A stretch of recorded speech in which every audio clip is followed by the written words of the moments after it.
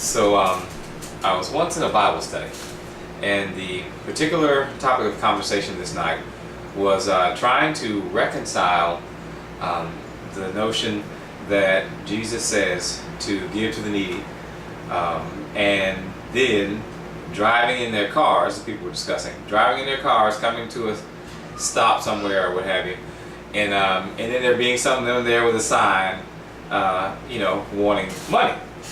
And so, so the conversation really kind of hinged upon this idea, well, if you give money to them, are you, helping them or enabling them to not help themselves, or enabling them to, gain access to, drugs or what have you, whatever you imagine them to be doing.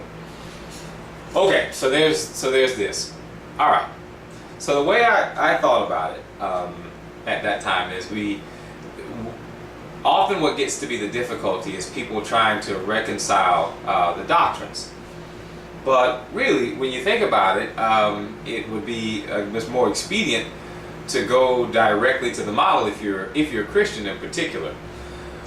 Because if it is the case that Christianity is based on Jesus, then the notion then would be that all doctrines we would have in any kind of way would just be meant to support the reality, the instantiation that was his life and teachings.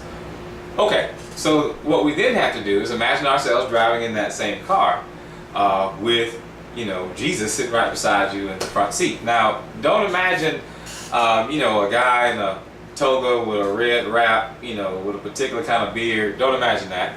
Imagine the person sitting beside you looks like you and is dressed pretty much like you.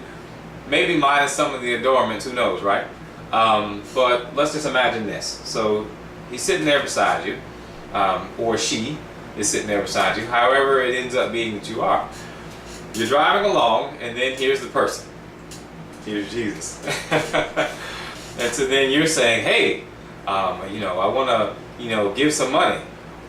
The situation may be that whether you give the money or not give the money, you still might not be doing what it is that the command says. And so if it's the case that, Jesus would be saying you take care of the person and speak to the need, then what ends up happening sometimes is that if you don't give the money, then you're thinking, oh, they might go do something with it. If you do give the money, then you might feel good that, oh, I've done something. Okay, but both cases actually are different and not what the actual command was. So in the case where you're imagining what they're going to do with the money, you're concentrating on the money. And then in the case where you're thinking you gave them the money and then you feel good, the truth is they have become used as a means actually to this feeling of good self-righteousness or something or other.